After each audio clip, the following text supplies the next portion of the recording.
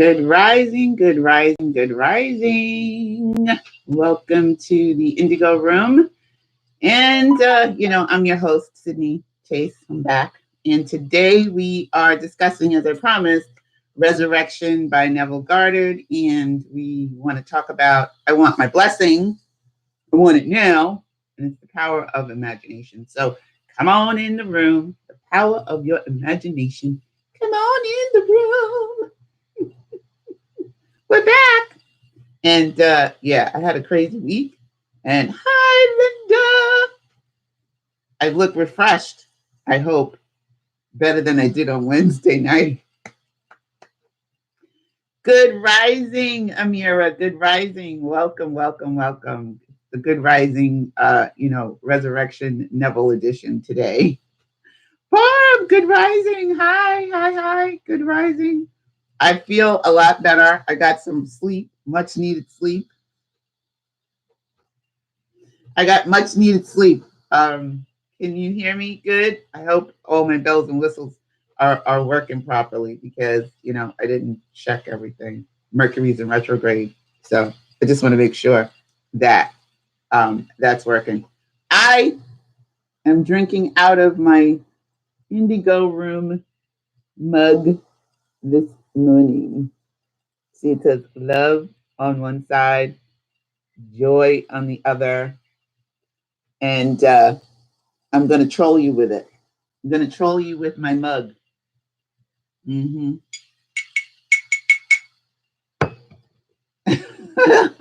Good, Linda. Good. I'm going to troll you with my mug today.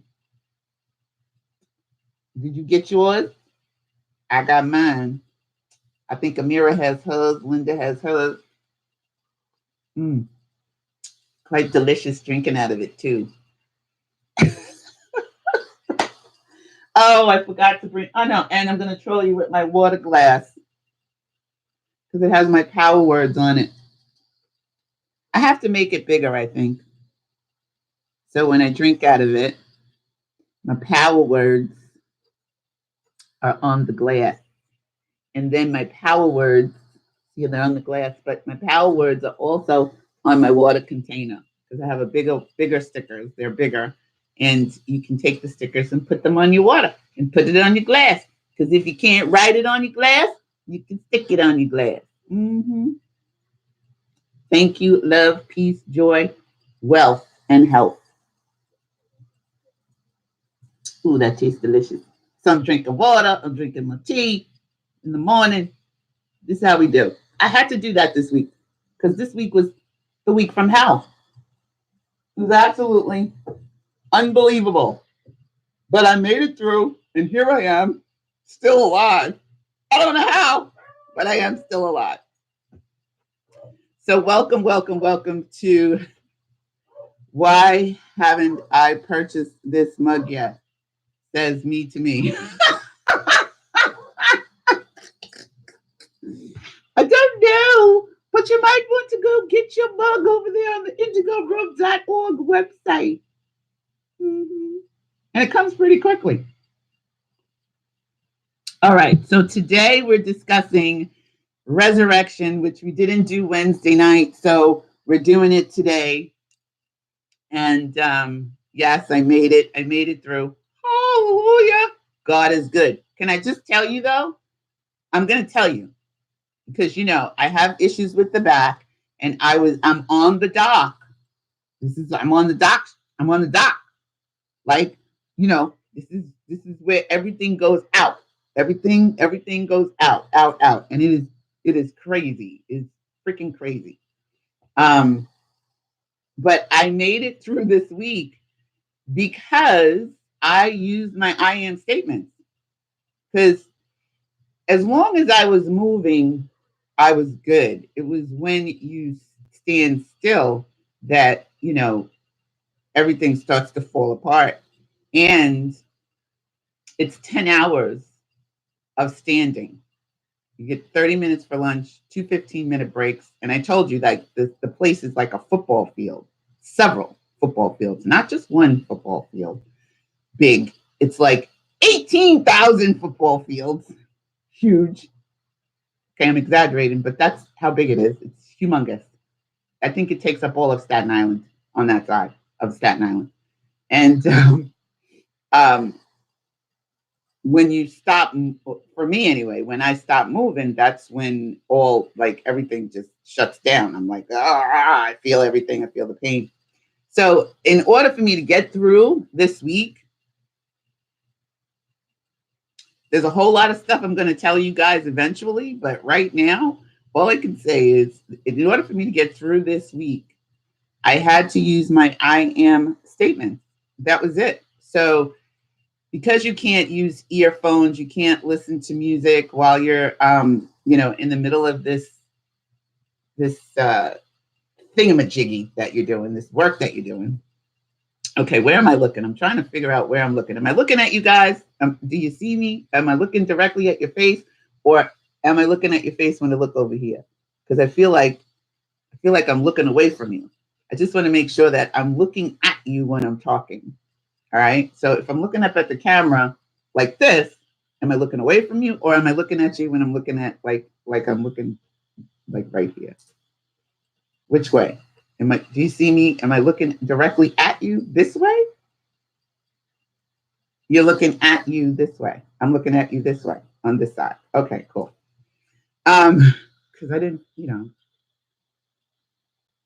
I'm looking at you in the moment. Okay, great.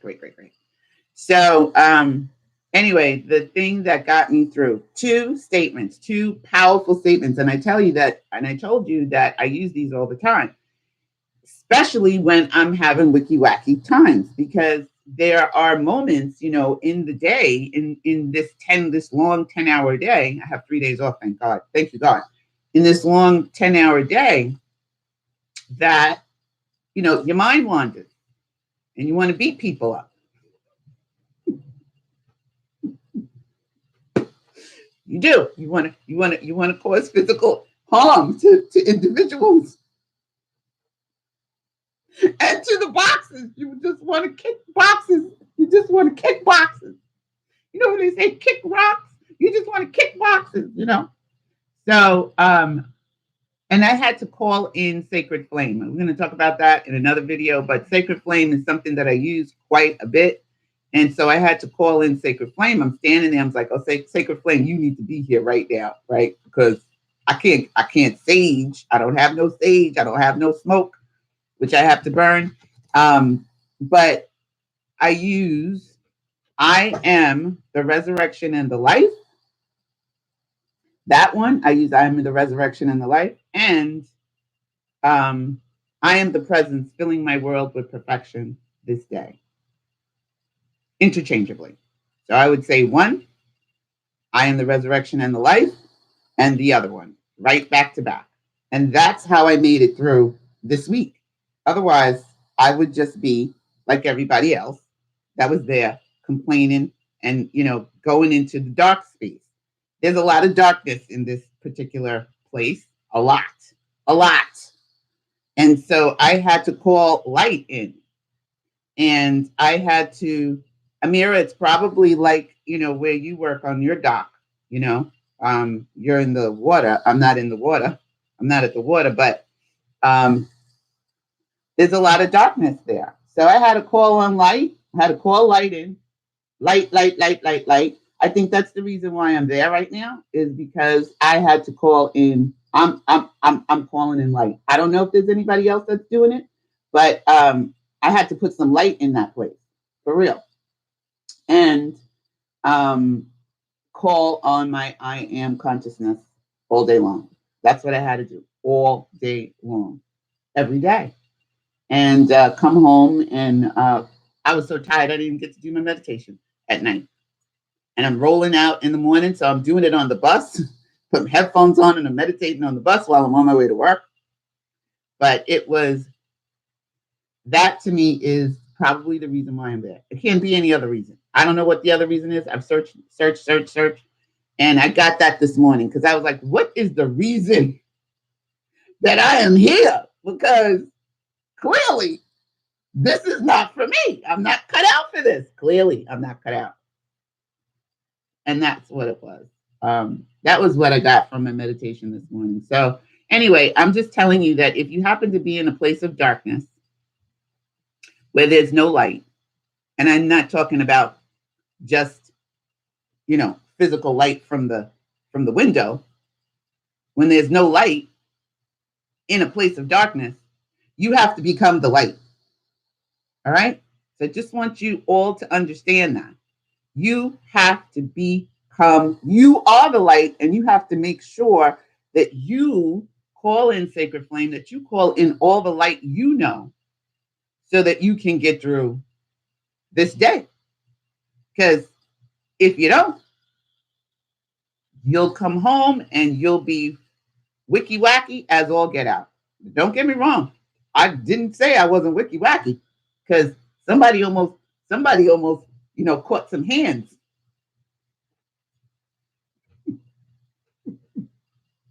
So you've asked this for 25 years. Maybe that's the reason. Yes, that's why you're going to bring your stones and crystals with you. Exactly. That may be the reason why, I don't know if that's your reason, but I know that's my reason. And I was like, well, can somebody else do this? Why I got to do it? I'm fit for the job. I'm fit.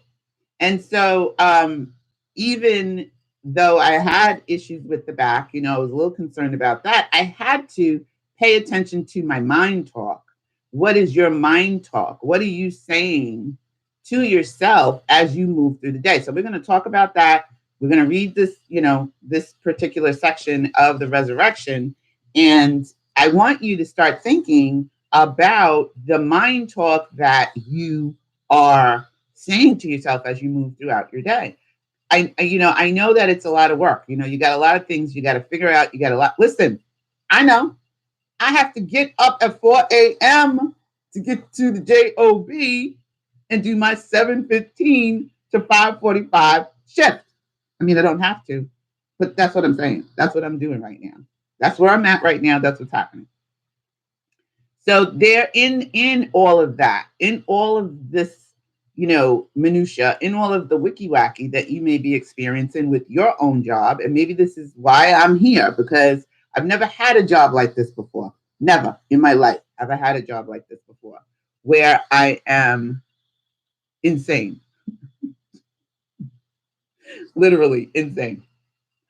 See, one of the things that you've got to know about light and sacred wood is that when there's not a lot of smoke, that means that your area is clear. So you see how many times I'm trying to light this sucker, and it's not a lot of smoke. There was times when it would smoke a lot, right? You would see it and there would be a lot of smoke. That's because, there was wiki wacky, either in my apartment or around me. So you would think that there would be a lot of smoke right now, considering the week I had.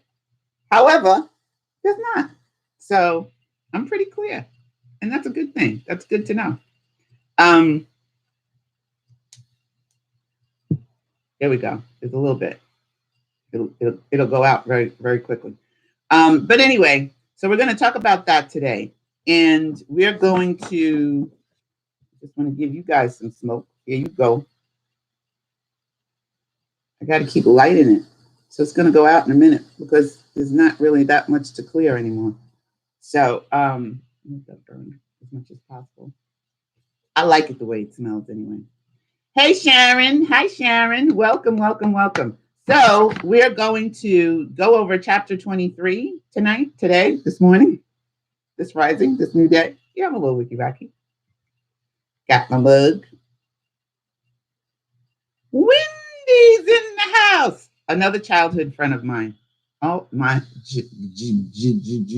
goodness. Wendy is with Sharon, visiting Sharon. Wendy and I and Sharon all grew up together. Well, I met them when I was 13 and they've been my friends ever since.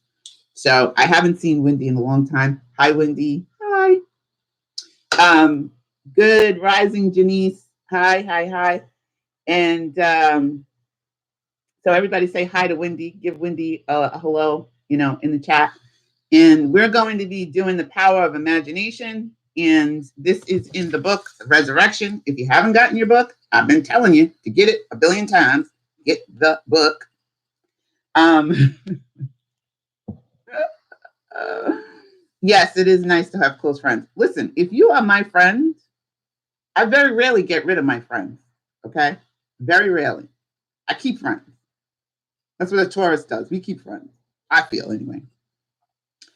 If I'm letting you go, that's because I have patience and you have taken me to a place where I can no longer associate with you. And it doesn't happen often, but when it does, I have to let you go.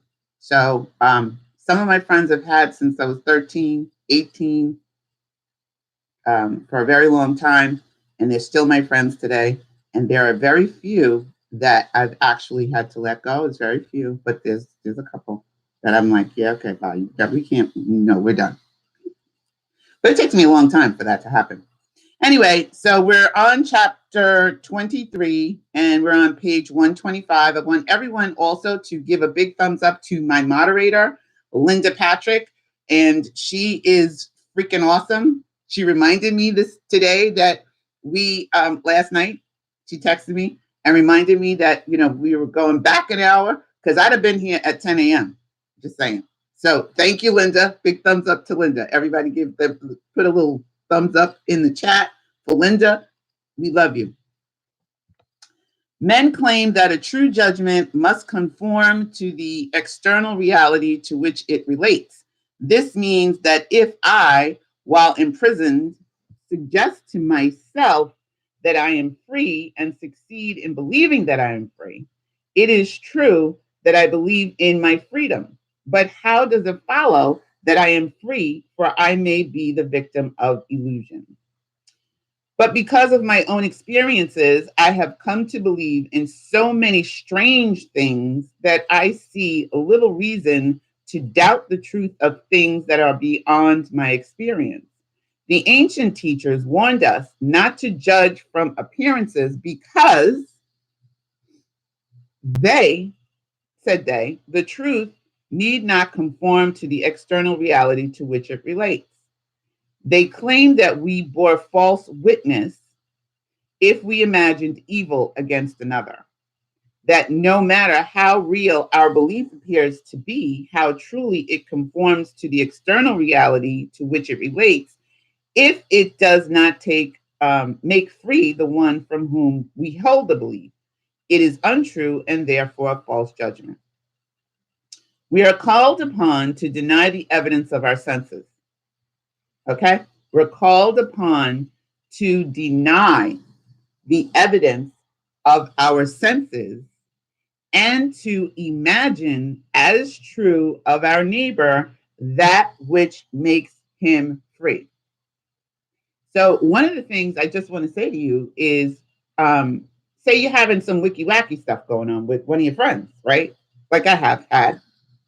The thing to do is once you can figure out what the issue is, right? Or it could be, it just doesn't even have to be a friend, it could be a relationship or whatever. A lot of times people tell us, forgiveness, you got to forgive. Maybe you're not there yet. And that's cool. I'm not saying that you have to be there and you should forgive this person immediately. It does help. However, if you could imagine healing for you and that person, just do that. Like, okay, she's wicky wacky, right? She's getting on my nerves, driving me crazy. Imagine sending healing, right? Because that person needs healing, as you need healing, right? Because you want to get to forgiveness, so you can let the ish go and let her go. So you do want to look at what you are thinking about, right? Because yesterday, I'm just telling you from my own experience, yesterday I wanted to kick some people's, what, yesterday. And then I had to get into my own imagination and just send healing light, like send healing and love out to a person that I really wanted to kill. I wanted to put hands on this person. No lie. I ain't gonna lie. When have I lied to y'all? Nope. I'm telling you the truth. That's where I was in the moment, and I wanted to just beat her down. I had 10 hours with this chick, and I wanted to kill her. So some of the things that you can do, in those moments is call for healing for that situation, right? For that person and for yourself. You may not be able to get to forgiveness right now, but you can sure get to healing. You can think about healing because obviously that person needs some healing, especially if they're coming at you for no reason and you're trying to figure out. But everything is all us pushed out, right? So if you can call for healing, you would want healing, call for healing for your neighbor or your friend or your family person or whoever's causing you the grief. That's helpful. So we are called upon to deny the evidence of our senses. I had to deny that I wanted to kill her. I had to deny that she was causing me angst yesterday.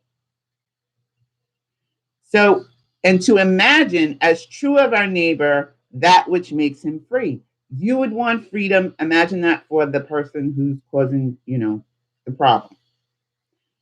Ye shall know the truth, and the truth shall make you free. To know the truth of our neighbor, we must assume that he is already that which he desires to be. Any concept we hold of another that is short of his fulfilled desire will not make him free and therefore cannot be the truth. Instead of learning my craft in schools, where attending courses and seminars is considered a substitute for self-acquired knowledge, my schooling was devoted almost exclusively to the power of imagination. Now, how cool is that? If we could go to school to really understand the power of imagination, like in Harry Potter, when they go to what do you call that place? I can't remember, but I love Harry Potter movies. But they go to the place and they learn how to harness their powers. That's the school. Imagine being able to go to school to understand how to learn to use your imagination. That's what we're doing every time we come to the Indigo room. Every time we come together, we are helping and encouraging each other on how to use the power of our imagination. This is our school, so to speak. I sat for hours imagining myself to be other than that which my reason and my senses dictated until the imagined states were vivid as reality, so vivid that passers-by became but a part of my imagination and acted as I would have them. By the power of imagination, my fantasy led theirs and dictated to them their behavior and the discourse they held together while I was identified with my imagined state. Think about that. He got so powerful in his imagination that the passersby, people that he didn't even really know, got involved in it. And they did the things that his imagination was dictating. Now, it didn't hold for a long time, I'm pretty sure. But there's been times when, and I told you about this a couple of different times, one particular experience, and Linda had the experience with me. She imagined that I said I got the job. And I also imagined several things. You imagine certain conversations, and the people that you're imagining will start to say back to you what you imagined. That's when we go into the end and imagining, somebody saying to you, oh, I'm so happy you got the job. Or, oh, I'm so happy you bought the house. You're imagining, it hasn't happened yet. You have to deny the senses. The senses are, touch, feel, smell, see. You have to deny those and stay within your imagination. It's not always easy, but the more you practice, the easier it becomes. I sat for hours imagining, I said that already. Man's imagination is the man himself or the woman, and the world as imagination sees it is the real world. But it is our duty to imagine all that is lovely and of good report. This is where I'm talking about your mind talk. because your mind talk, your monkey mind, will tell you all kinds of other things. That didn't happen. That's not real. It didn't happen yet. How come it didn't happen? Where is it? Oh my God, I'm not doing it right. What's going on? God doesn't listen to me. God doesn't love me. God, what's happening? All of that. All of that is the monkey mind. All of that. That's the denying of your senses. That's denying what happened in your imagination because you felt it so real. It became so real to you. In your imagination, you opened up your eyes and all the illusion is broken. It's over. And your mind says, see, it didn't work. Doesn't work. Don't listen to Sydney. Why do you go to the Indigo room every week? Why do you listen to her? It doesn't work. It doesn't work. It doesn't work. So now you're believing your senses. You're not believing what you did. Like, I didn't do it to you. Don't get mad at me, right? Don't stop coming to the Indigo room because you stepped out and said, I'm going to believe what my reality is. You got to get back in there and do your imagination. Hogwarts, that's what it's called. Thank you, Linda. Always the awesome moderator. Thank you. The house of Hogwarts. That's where you go to learn how to use your imagination and become use your powers in Harry Potter. So you come to the Indigo room to learn how to use your powers because we all have them. I know it's very difficult to believe sometimes, but the power of your imagination is real, and you really do have power. Trust and believe me when I say that.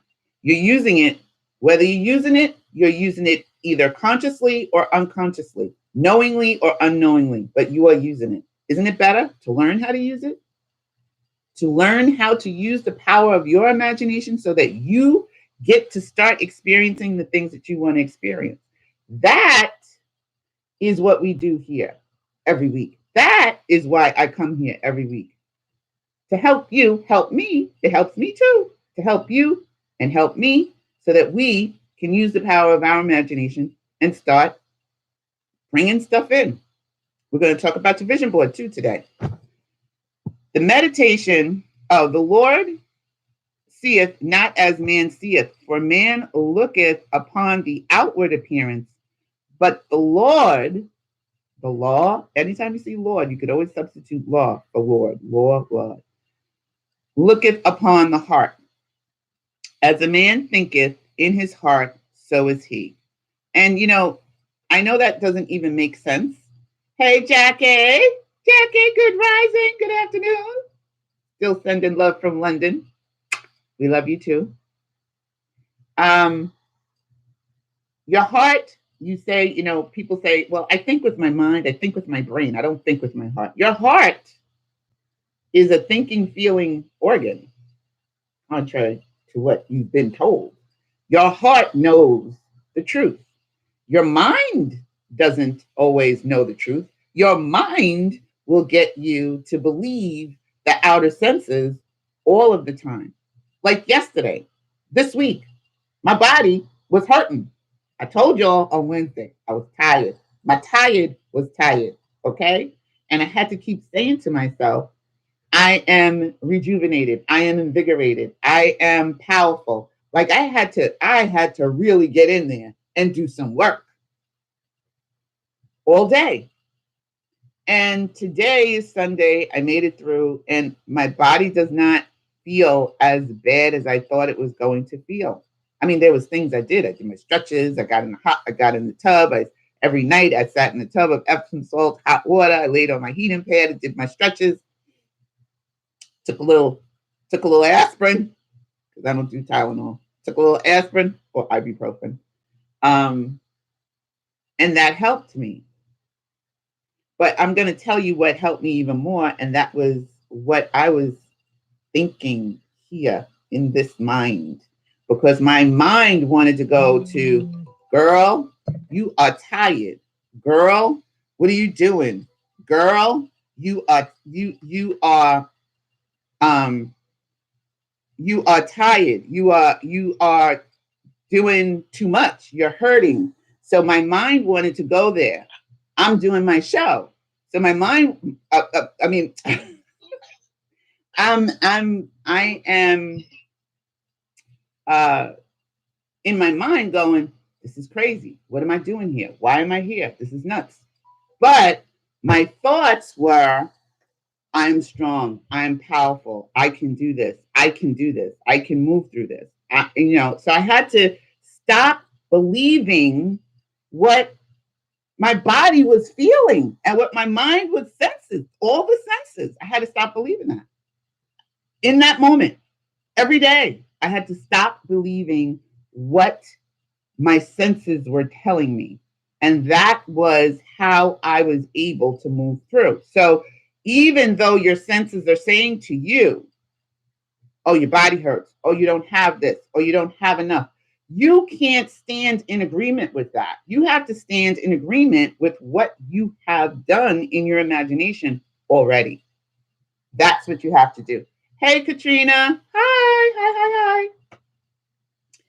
So in meditation, when the brain grows luminous, I find my imagination endowed with magnetic power to attract to me whatsoever I desire.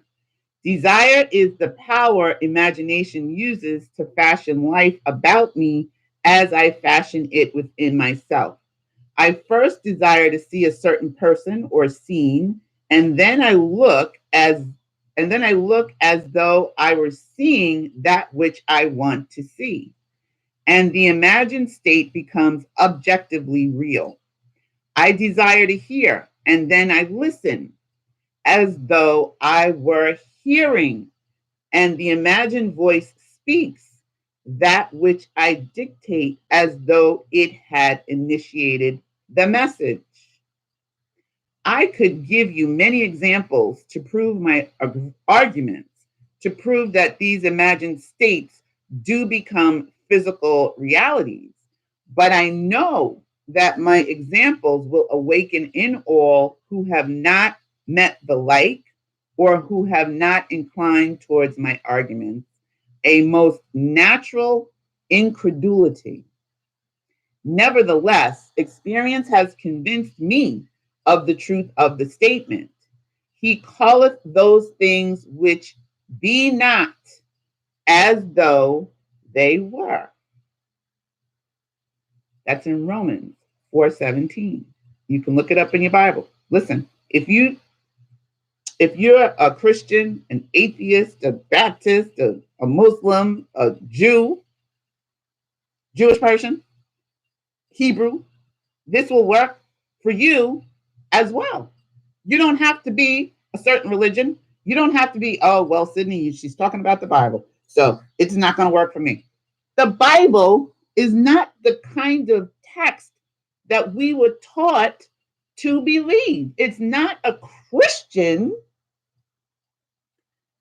document. It was written or put together by Christians, people who call themselves Christians, who don't really act like Christians, right? Who don't really act like they have the Christ consciousness.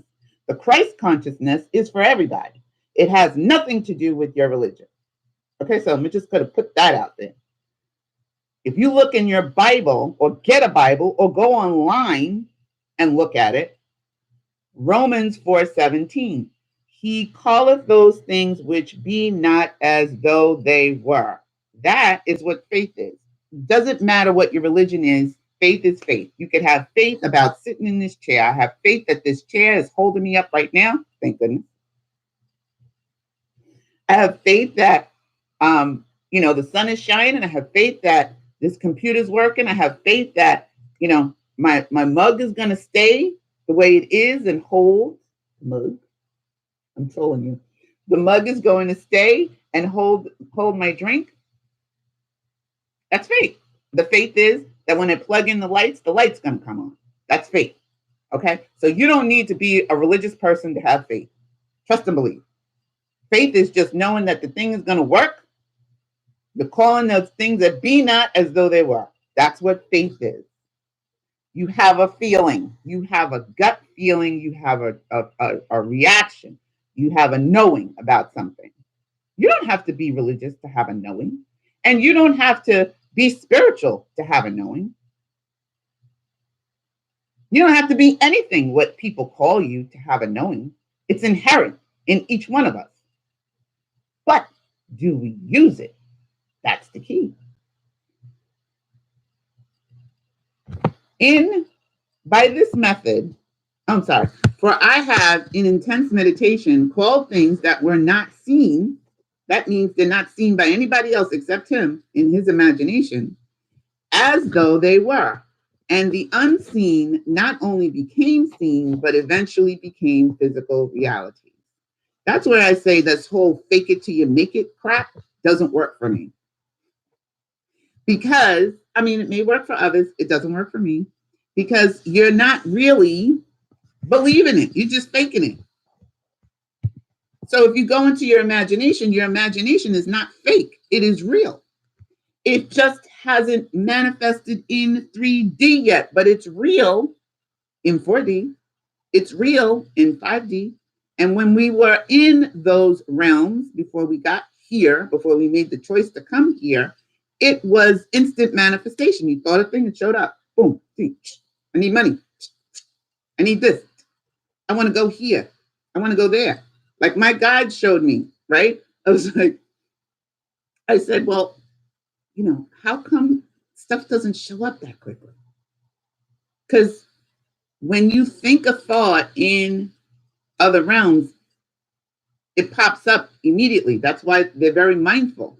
They're very mindful of what they think about. We aren't that mindful. And then we're shocked, when something wicky wacky shows up. Or we're like, oh, I can't believe that happened. Why? There's something that you did, something that you felt so powerfully at some point in time that it actually manifested, either good or bad, either wanted or unwanted. Let's say that. Not good or bad, but either wanted or unwanted. By the method, first desiring and then imagining that we are experiencing that which we desire to experience, we can mold the future in harmony with our desire. But let us follow the advice of the prophet and think only the lovely and the good, for the imagination waits on us as indifferently and as swiftly upon our nature as evil as when it is good. And as when it is good. From us spring forth good and evil. I have set before thee this day life and good and death and evil. That's in Deuteronomy 34:15. I have set before thee this day life and good and death and evil. Desire and imagination are the enchanter's wand of fable, right? And they draw to themselves their own affinities. They break forth best when the mind is in a state akin to sleep. This is why we talk about doing your sleep meditations. This is why we talk about, changing your subconscious. This is why we talk about doing your recordings. If you've not been listening to your recordings, that's on you, but I suggest you get back in there. If you stop doing it, don't stop doing it. I don't know how deep your subconscious is sabotaging you. Do you know? I don't know. But I know that if you stop doing it, you are doing your own self a disservice. So I'm still doing mine. I encourage you to keep doing yours. When you stop doing the things that work, just because, you haven't seen a result yet, maybe you did it for 10 minutes, maybe you did it for 10 days, maybe you did it for 20 days, maybe you did it for 30 days, maybe you did it for 40 days, and you go, well, this is not working. Because you want immediate manifestation, because you used to have an immediate manifestation. Here in 3D, stuff doesn't always manifest right away. There's an interval of time. I don't know how long that is. Do you? No. Some things show up right away. Some things don't. Some things take more time. Then when you let it go and you forget about it, I don't know, you're just walking around minding your business, boom. Like, oh my God, I wasn't even thinking about that. No, you weren't, but you did at some point. That's how stuff shows up. Yes, Amira, Mira says, yes, faith and daily practice. I'm going to say good rising to Katrina again. I don't know if I said good rising to you. Well, I was in the middle of my rant. Okay. I have written with some care and detail the method I use to enter the dimensionally larger world. That's the fourth dimension. That's the fifth dimension. It's larger than this one. It is real. You know, when I first read this, the first time I read this back in 2009, when we did our study of Neville back then, when we first started, I didn't even understand what he was talking about. I didn't get it. I get it now. I didn't get it then. The veil is it's so thin at this point that I don't even know if there is a veil anymore.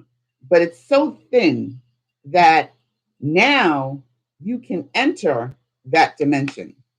You can do it. If you just go into your meditation, ask your guides to, help you do that. You can see things that you've never seen before. They will show you things that you've never seen before. I've been shown things recently that I'm just like, whoa, hello. So this veil that was so thick at one point is like paper thin right now. And you really have a choice.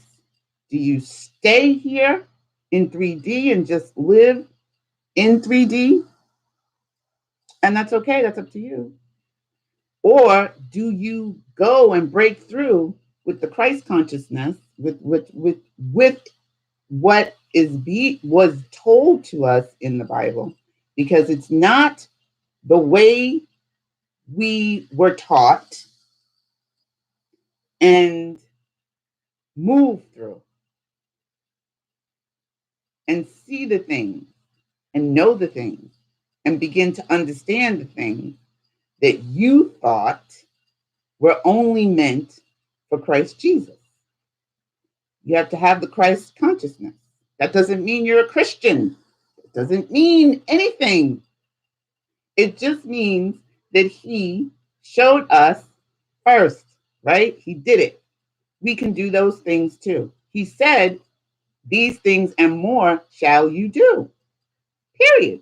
Point blank. He didn't come here to say, you know what, I'm better than y'all. I got it. Look, I'm trolling you again with the cup, with the mug. He said, he didn't come here to tell you I'm better than you. He didn't come here to say, well, you can never do these things. He said, these things, the things that I've done, you shall do, and more. I want to understand what the more is, because he did a lot, right? So understand that the veil is thin. The veil, it may not even be there. I don't even know if it's there. I feel like it's gone, but it's like so thin. It's like gossamer wings. It says, well, Neville writes that I have written with some care and detail the method I use to enter the dimensionally larger world, but I shall give one more formula for opening the door of the larger world. In a dream, in a vision of the night, when deep sleep calleth upon men or women in slumberings upon the bed, then he opened the doors of men and sealeth their instruction. That's in Job 33, 15, 16. In dream, we are usually the servant of our vision rather than its master. But the internal fantasy of dream can be turned into an external reality.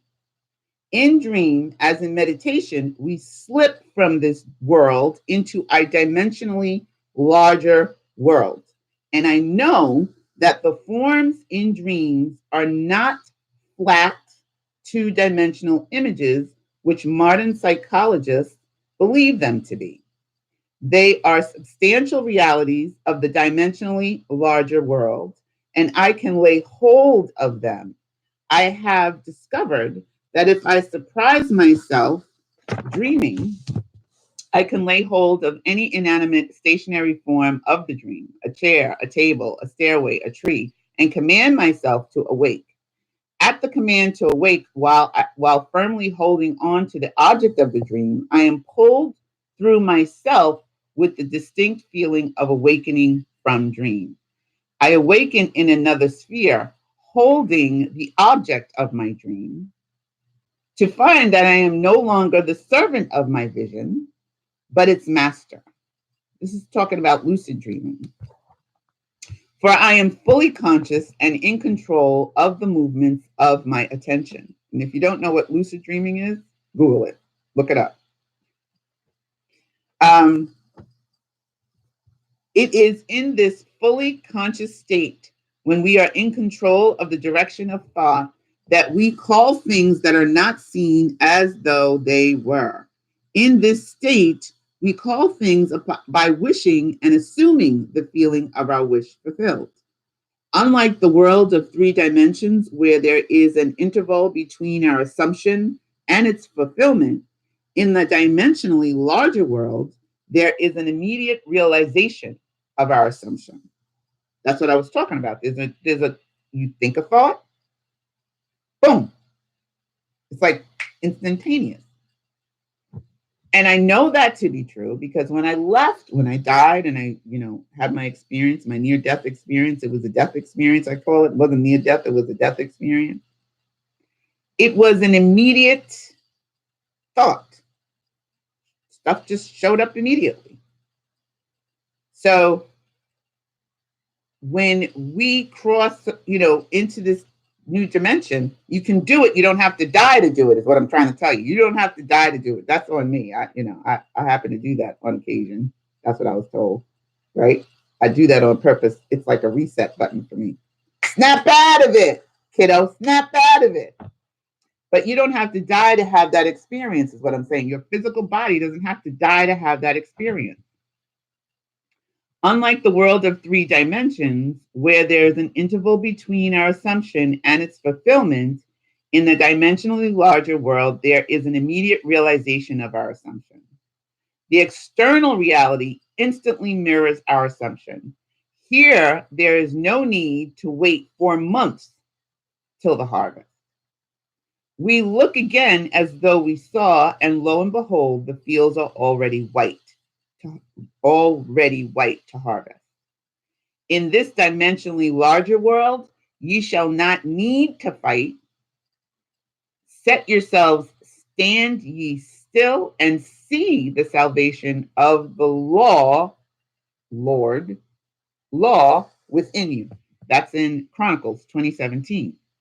And because that greater world is slowly passing through our three-dimensional world, we can, by the power of our imagination, mold our world in harmony with our desire.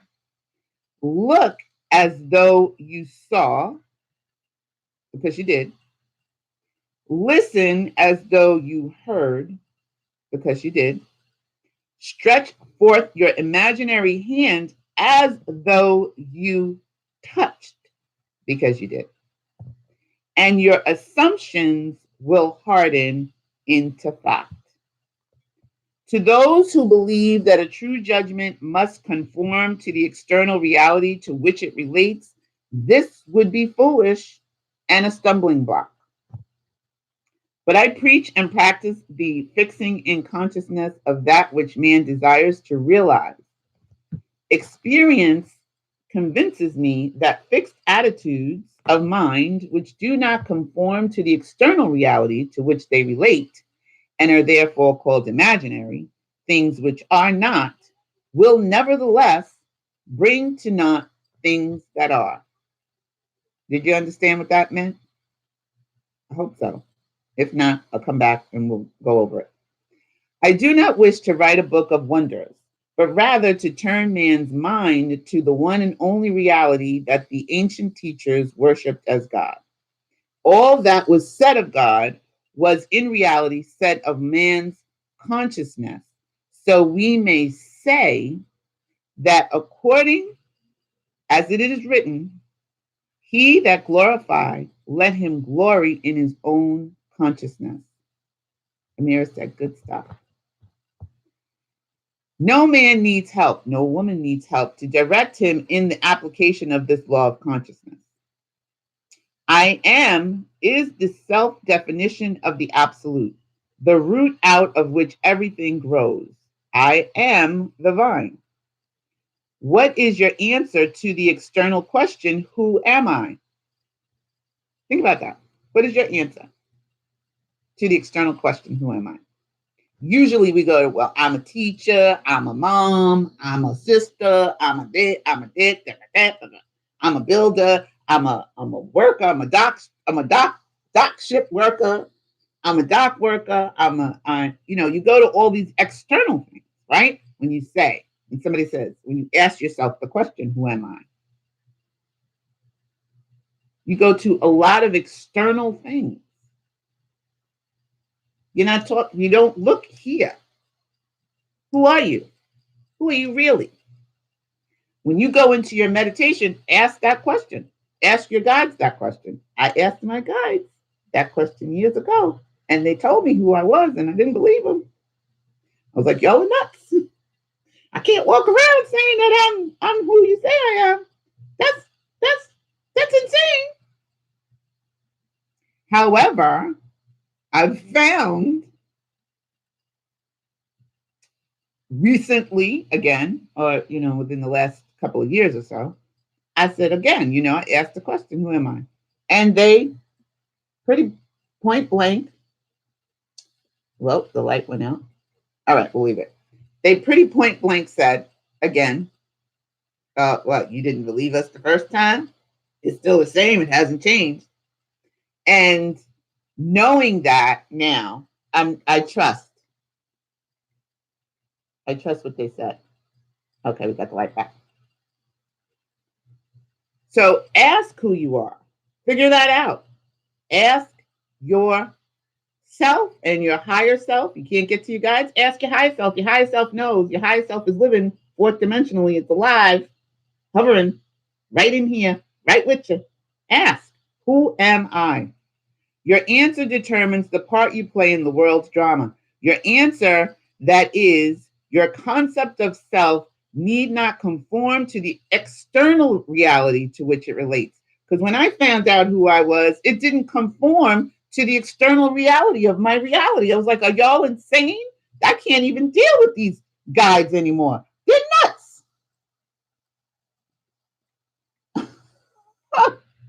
Okay, I can't even deal with this light anymore. Mercury, they're nuts.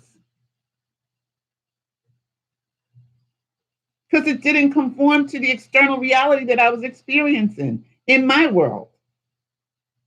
I was like, oh, I must be crazy. They're coming to take me away. Ha ha, they're coming to take me away. The white people, the people in the white coats are coming to take me away. They're going to lock me up in Bellevue.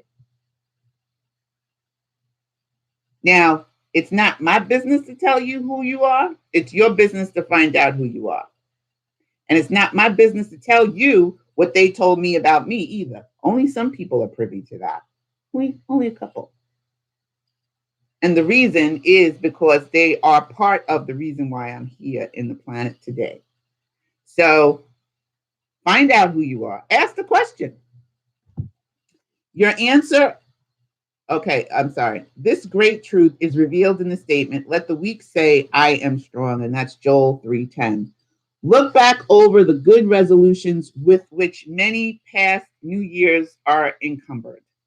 They lived a little while and then they died. Why? Because they were severed from their root. Assume that you are that which you want to be.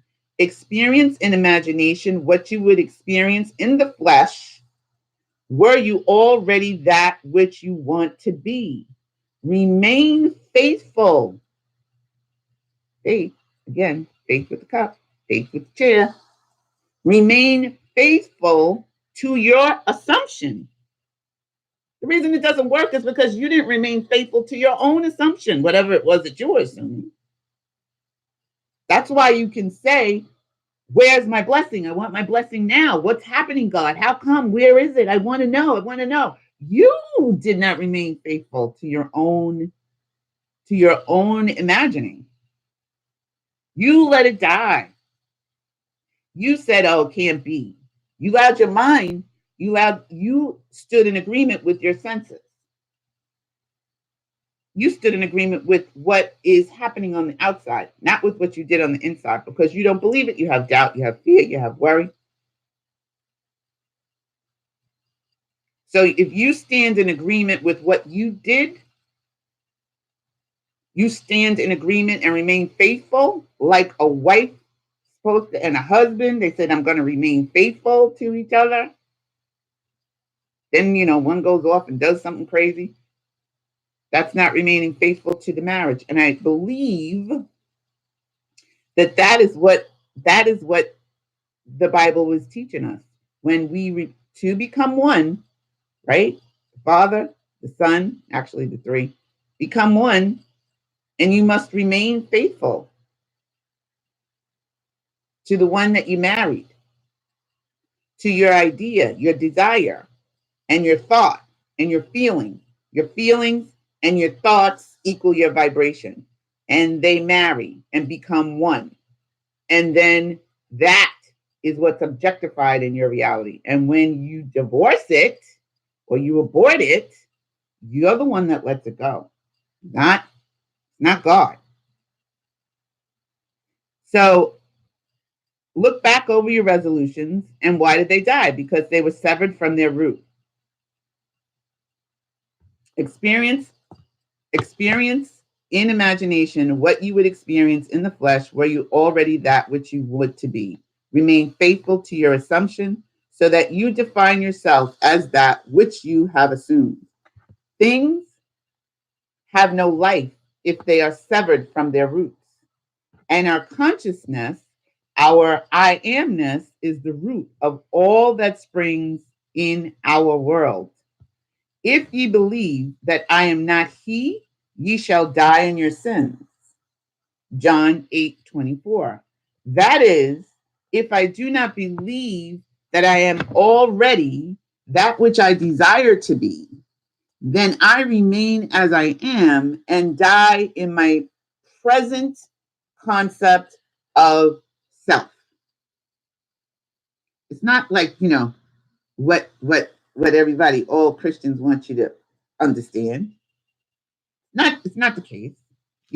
They said, well, you got to accept Jesus Christ as your personal savior. And it says right here in the Bible, if you believe in me, if you believe not it that I am he, ye shall die in your sins. Not what that means. It's not what that means. It just means that if you do not believe that you are already that which you desire to be, and then you remain that way, and you die in your present concept of self, you miss the mark. That's what sin is, missing the mark. There is no power outside of the consciousness of man or woman to resurrect and make alive that which man desires to experience. That man who is accustomed to call upon at will whatever images he pleases will be, by the virtue of the power of his imagination, master of his fate. I am the resurrection and the life. That's what we started out with. I started out with that, talking about that is my statement. That is my go-to statement. We learned about that in the I am discourses when we read the discourse of Jesus the Christ, right? And it says he gave us that statement, and he was upset at what was happening. He gave us that statement so that we could use it too. It wasn't just for him. It wasn't just something that he said, and then, we read it in the Bible and go, wow, okay. And that's what he did not agree with death. He did not agree with the physical death of his body. He did not agree with the senses. He got his blessing now. In that moment, 3 days. So what is your mind talk? What are you saying to yourself? How are you moving? How are you rolling? What are you telling yourself every day? What are you thinking? Are you believing what the senses are telling you? Yeah, Sydney said, do all these things, create your day and do my imagination work that, stuff will manifest. But look, I don't have any money. I don't have this. I don't have that. Well, there you go. You just stop remaining faithful to what you did. I have stopped remaining faithful to a lot of different things, right? We're all we are all in 3D and we're all being assaulted with a lot of different things. I would be convicted if, just like Neville said, I told you that I'm so great at this work. I'm not. That's why I got to practice every day. That's why I got to stand that in my practice every day. That's why I'm able to call I am the resurrection and the life, or say I am the presence filling my world with perfection this day, because it is right here. It is like a new root that has taken place in my mind, a new groove. It's my go to immediately. If I can't think of anything else, I go to those two. And I'm standing in this dock, ready to beat the ish down. And I go, I am the resurrection and the life. I am the resurrection and the life. I am the presence, filling my world with perfection this day. And then my body just said, all right, girl, we got this. Whew. It obeyed me. I didn't obey it. It obeyed me. So you have the power, trust and believe me, whether you understand it or not, to do the same thing. Use I am the resurrection and the life. Write it down. Okay, we're going to say it all together right now, because some of y'all don't hear me. Some of you are going, yes, Sydney, she's preaching today. Some of y'all are not hearing me. I can hear you. Contrary to what you think, I can hear you. You ready? Did you write it down? Okay, I'll say it again slowly. I am the resurrection and the life. Write it down. I am the presence, filling my world with perfection this day. I like to add in there, filling my body with perfection too. It's not separate, but just in case. Did you write it down? Or am I talking to myself right now? I am the resurrection and the life. Life. Life. Life. The life. I am the resurrection and the life. I am the presence filling my world with perfection this day. Or you could say I am filling my world and body with perfection this day. Okay, Linda's putting it in the chat for those of you that didn't write it down.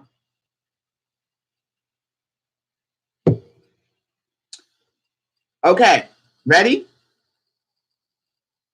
As a matter of fact, I want you to stand up. Stand up. Stand up. Stand up. Get up out of your seat. Stand up. Stand up. So you can still see me. Stand up right now. Stand up. Stretch your arms out. Move around a little bit. Get the body working. Woo! Get your body moving. I am the resurrection and the life. Wendy, I know you're probably not going to say it, but you need to stand up. I know you think I'm a little crazy, but I've always been this way since you know me, right? Since you know me when I was 13. Stand up. Stand up next to Sharon. I am the resurrection and the life. Okay, let's try it one more time because y'all are saying it very slow. I heard a couple of you screaming it out, but the rest of you were very low. I didn't hear you. I didn't hear you. Okay. One more time. Here we go. I am the resurrection and the life. Oh, that was better. That was better. That was much better. Okay. All right. Okay. Now, I want you to stand up one more time. I want you to stand up one more time. Okay? Just once more. And say, I am the presence filling my world with perfection this day. Did you get it? Yeah? Okay. Did you write it down? Did you write it down? Oh my God. Okay. Stand up one more time. I am the presence filling my world with perfection this day. Yay! Bravo. Give yourselves a hand.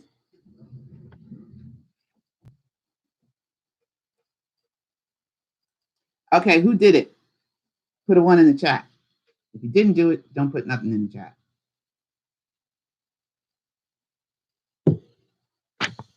So, what is the nature of your inner conversation?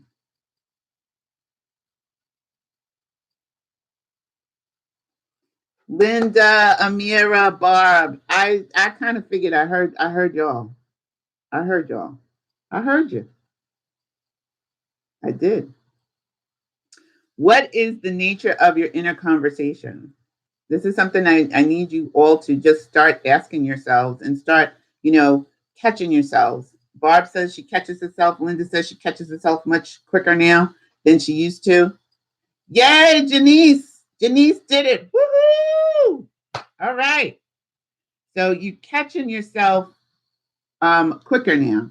But I want you to really catch yourself. Like, notice some of the things that you may have little fears about, oh, I don't know if I have enough gas. Oh, stop, I have enough gas to get where I'm going, and then, put more gas in your tank. So you watch these inner conversations, because the I don't have enoughness, that is very pervasive. Even in my own experience, it's very pervasive. Yay, Katrina did it. Awesome. We want you to get to move your body, right?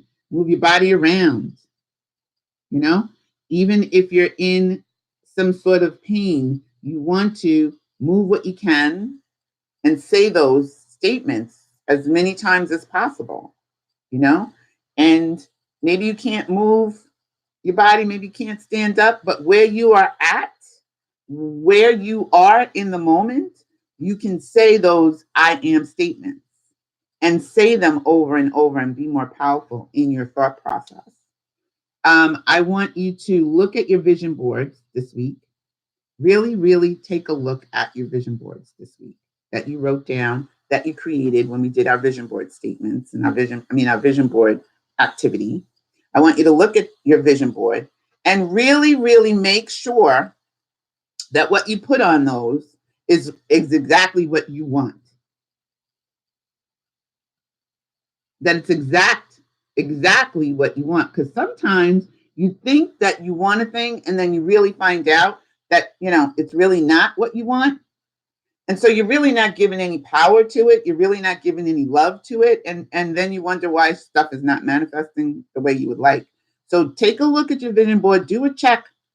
Do a check on your vision board. See what you've put on that, or your treasure map, if you did a treasure map, because we did both. See what you put on that.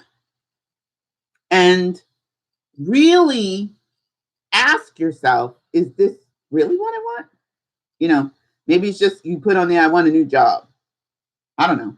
Maybe you just put on there, I want love in my life. Is that like, what type of love? What do you want? Make sure that what you want is something that you really want. Or you just putting stuff on there because, we did the vision board and, whatever. I'm going to put this on there. Yeah, Sydney said do this. Okay, we're going to do that. Check. Check and see what it is that you really want to be, do, and have. If this is what you really want to be, do, and have, then fine, leave your vision board alone. If it's not, then revamp it and add what it is. Get clear. Clarity is key. Remember, I told you about that. Clarity is key. Make sure that you're clear and check your mind talk. Check it. What are you saying to yourself? How are you talking to yourself? If you keep asking, where's my blessing? Then you need to check why you're doing that and what is your mind talk. Because if your mind is saying that, then you're believing the senses. You're not believing what you did in your imagination. Amira said, I need a whole new vision board. Barb, I catch myself too more and more all the time. There is one thing that I have a little work to do on because it's easy to let it take me away for a bit, but that's a project I'm working on. Great. That's great.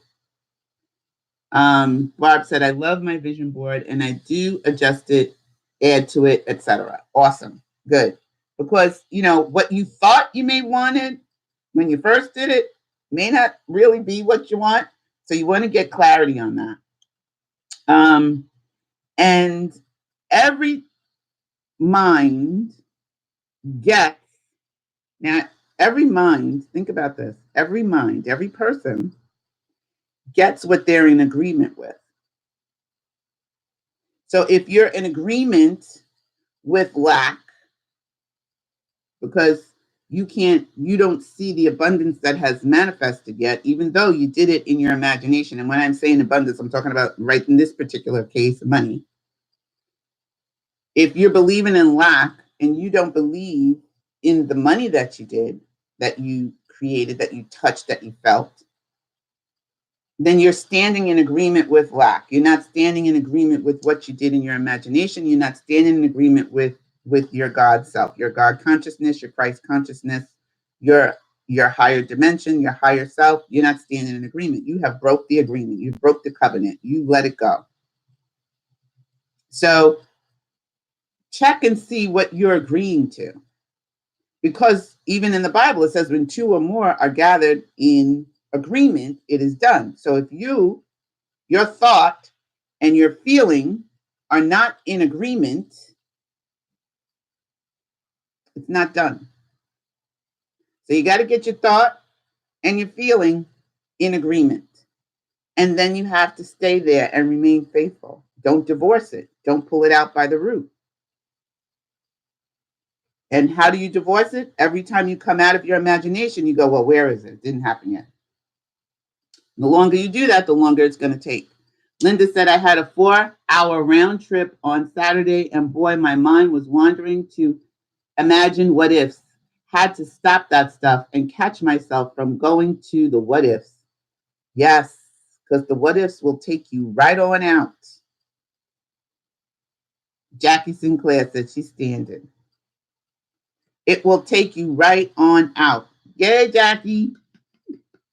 The what ifs will take you out. The buts are the worst. They will take you right up on out of there. But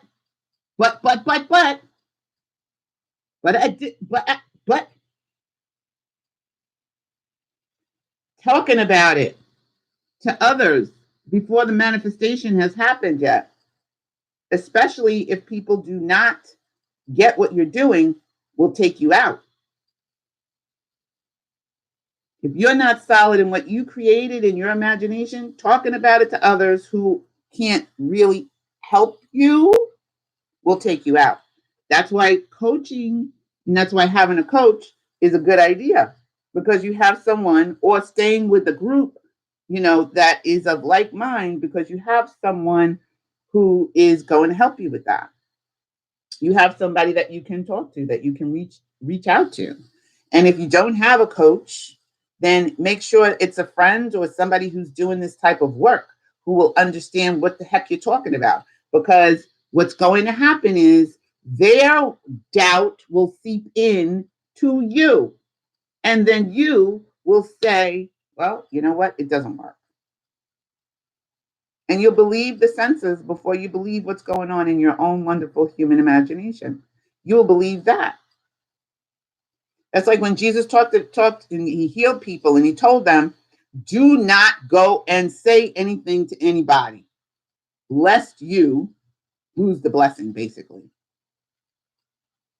And the reason is because as soon as you start trying to explain to somebody what it is you're doing, they go, yeah, okay, that's the dumbest thing I've ever heard.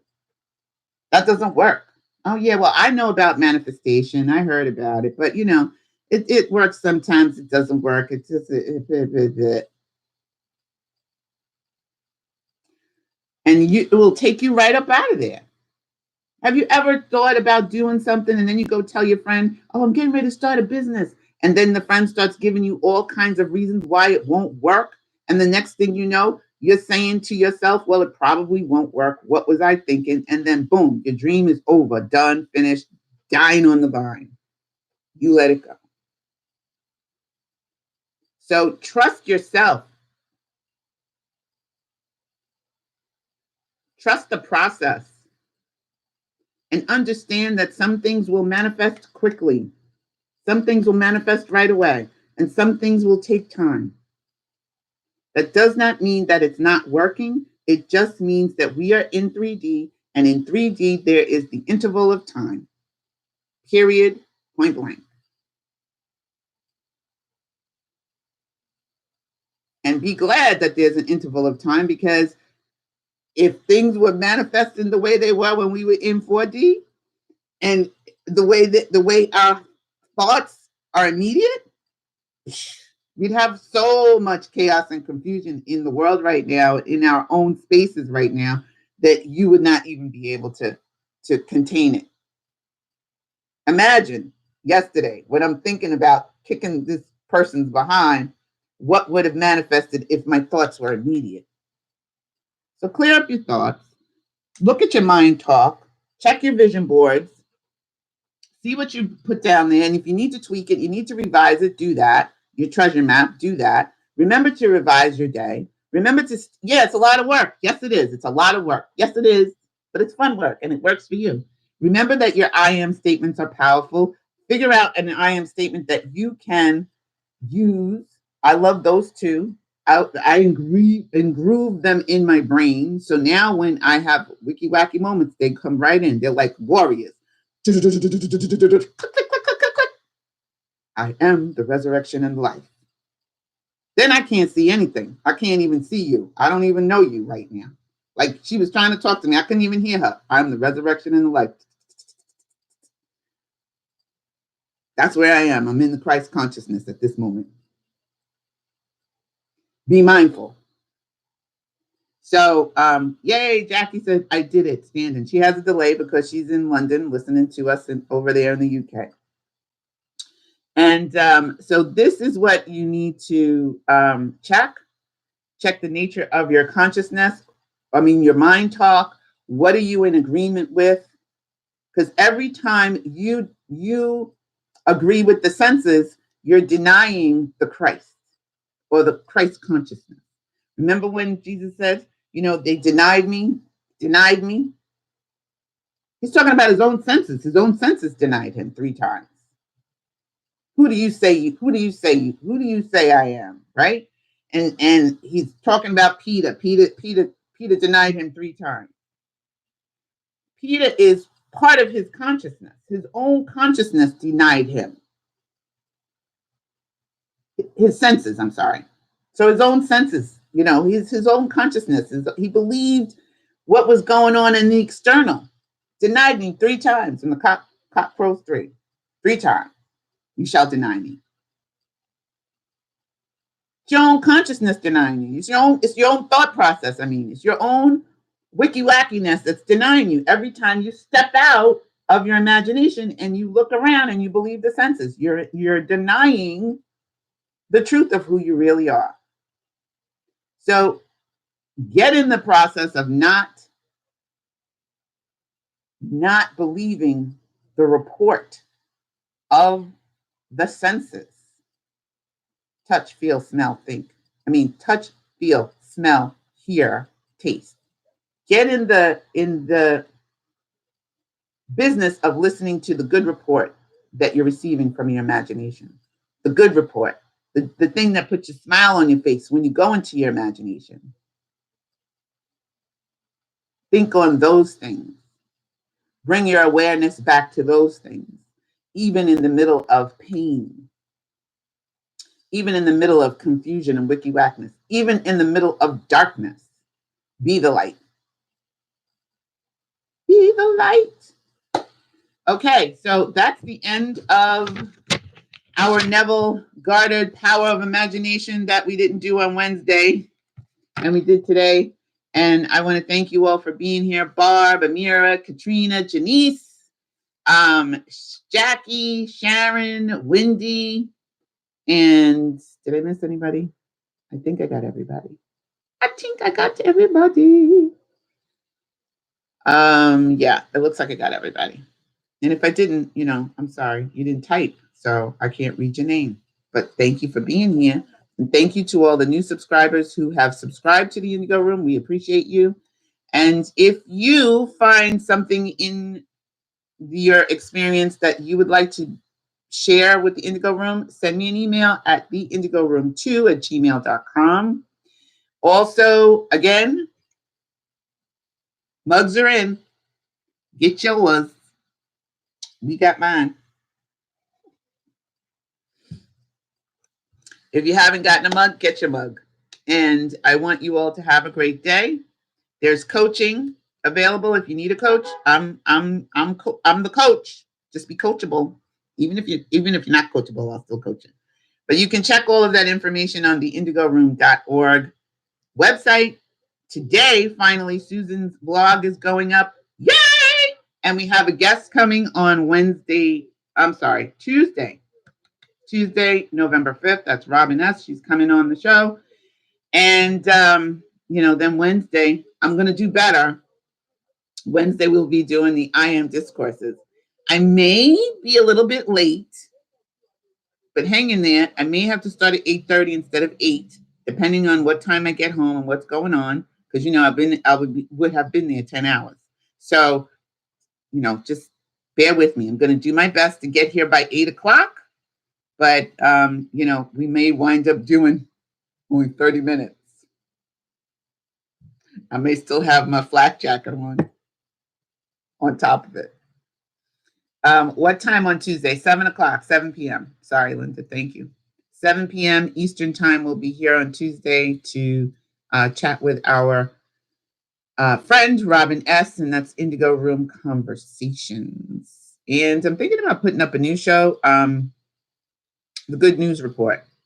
I don't know what I'm going to name it, but it'll be good news from around the world, and we can all chat and discuss. And if you have some good news that you want to share, it'll be like a little newsletter once a week, maybe once a month. I don't know. Send it in, and we'll talk about those things. We'll talk about good stuff, good news, good news, good news. That's it. That's where we're focused on. We're focused on good news and a good report. So you'll be able to send us some great articles if you've read something that you want to share and you thought it was great, and the Indigo Room should, enjoy it. Something that will make us laugh. It doesn't have to be spiritual. Everything's spiritual to me in the Indigo Room. So if it's a good story, send it and we'll chit chat about it. And, you guys can call in and talk, and, we'll pick several different articles and do that. I don't know what we're going to name it. Maybe we can have a contest on naming the show. So think about what a good news would be called. Good news show. And maybe we'll have you guys on as guests. Right? That would be fun. All right. So remember who you are. Remember that you are source energy right here in a physical body. All of the links to everything is in the description below. The links to the website, the links to the coaching, the links to the books that we read every week, Sage, and all of that is all in the description below. You can pick it up from Amazon. Some of the stuff you can. And the mug takes a couple of days to arrive. It doesn't take that long, but probably about 4 or 5 days, I think, the shipping. And check it out on the indigoroom.org. Anyway, remember who you are. Remember that you are source energy right here in a physical body. You can be, do, and have anything that you desire. And remember, it's not being extraordinary that makes you unique. It is your uniqueness that makes you extraordinary. I love you. Have a great day.